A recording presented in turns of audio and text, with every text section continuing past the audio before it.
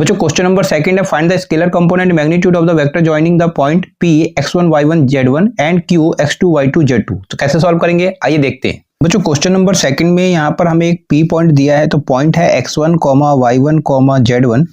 साथ में इसमें एक और पॉइंट है जिसे हम एंड करके Q लिख देंगे बच्चों, और पॉइंट क्या दिया है वो आपका है x2, y2, z2।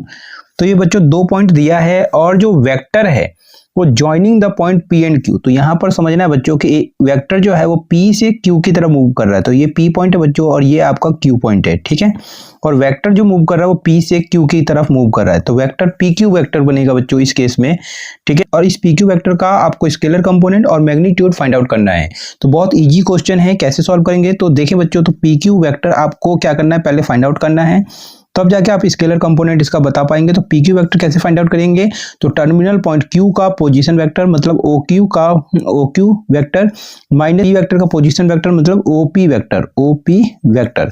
तो यहाँ पर OQ वेक्टर के लिए क्या करें बच्चों, ये जो Q पॉइंट है इसके साथ IJ के लगा लेंगे, तो ये क्या होगा x2 I कैप, साथ में क्या होगा बच्चों y2 J कैप, और z2 क्या होगा K कैप, ठीक है।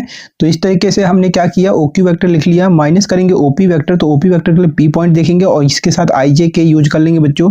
तो ये आपका x1 I कैप प्लस करके y1 J कैप और प्लस करके ये आपका z1 K कैप हो जाएगा, ठीक है। इसको सॉल्व करेंगे बच्चों, तो ये आपका x2 I cap, y2 J cap, साथ में ये आपका क्या है z2 K कैप, माइनस करेंगे ब्रैकेट ओपन करेंगे बच्चों, तो ये x1 I cap minus y1 J cap, और ये आपका माइनस में ये आपका z1 K कैप हो जाएगा, ठीक है। इसके बाद I और I को एक साथ लेंगे बच्चों, तो ये आपका x2 I कैप माइनस का x1 I कैप, ठीक है। फिर y2 और y2 J कैप और J कैप को एक साथ लेके चलेंगे बच्चों, तो y2 J cap minus y1 J cap, और फिर z2 को देखेंगे तो ये आपका z2 K कैप माइनस ये आपका z1 K कैप, ठीक है। अब यहाँ से हम सब्ट्रैक्ट करते हैं बच्चों, तो सब्ट्रैक्ट करने का तरीका यही कि I को इसमें कॉमन ले लीजिए, तो ये आपका क्या हो जाएगा बच्चों x2 माइनस x1, और ये आपका I कैप, इसमें आप कॉमन ले लीजिए J, तो ये आपका y2 माइनस y1 और ये आपका J कैप हो जाएगा।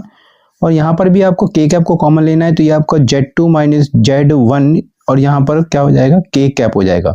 तो इस तरीके से ये जो आया है बच्चों ये आपका PQ वेक्टर आ जाता है, ठीक है। अब इसका आपको स्केलर कंपोनेंट बताना है बच्चों, तो आपको स्केलर कंपोनेंट पता होना चाहिए। स्केलर कंपोनेंट तो हमने इससे पहले एक्सरसाइज में एक क्वेश्चन सॉल्व किया था स्केलर कंपोनेंट्स, तो उसमें हमने इसके वेक्टर कंपोनेंट की बात करी थी और स्केलर कंपोनेंट की। तो इसमें क्या होता है बच्चों, स्केलर कंपोनेंट क्या होता है, I के जो कंपोनेंट होंगे I और J के, वही आपका स्केलर कंपोनेंट होता है। तो क्या होगा बच्चों, स्केलर कंपोनेंट क्या होगा, यहाँ पर देखें I का कंपोनेंट x2 माइनस x1, तो एक कंपोनेंट हमें ये मिल जाता है x2 माइनस x1, ये एक स्केलर कंपोनेंट है। ये लिखने के बाद आप कॉमा लगा दीजिए, साथ में दूसरा कंपोनेंट J का कंपोनेंट है, तो यहाँ पर ये आपका y2 माइनस y1 ये J का कंपोनेंट हो गया, और थर्ड कंपोनेंट ये आपका z2 माइनस z1, ये जो K के साथ कंपोनेंट है, K का कंपोनेंट वही आपका थर्ड कंपोनेंट ये स्केलर कंपोनेंट है। तो इस तरीके से स्केलर कंपोनेंट ये हो जाता है बच्चों, ठीक है। और ये एक आंसर आ चुका है।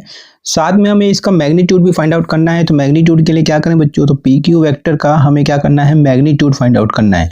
तो मैग्नीट्यूड के लिए आपको पता होगा बच्चों क्या करते हैं, जो कंपोनेंट है उसका स्क्वायर करके सम करेंगे अंडर रूट में, तो अंडर रूट कर दिया है। कंपोनेंट देखें तो x2 माइनस x1, तो इसी को लिखेंगे x2 माइनस x1 का स्क्वायर।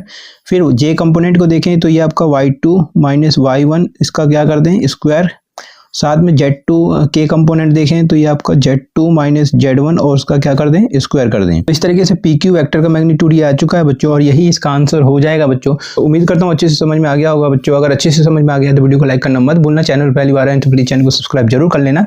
मिलते हैं नेक्स्ट वीडियो में, अपने वीडियो को वॉच किया इसके लिए आप सभी का बहुत बहुत धन्यवाद बच्चों।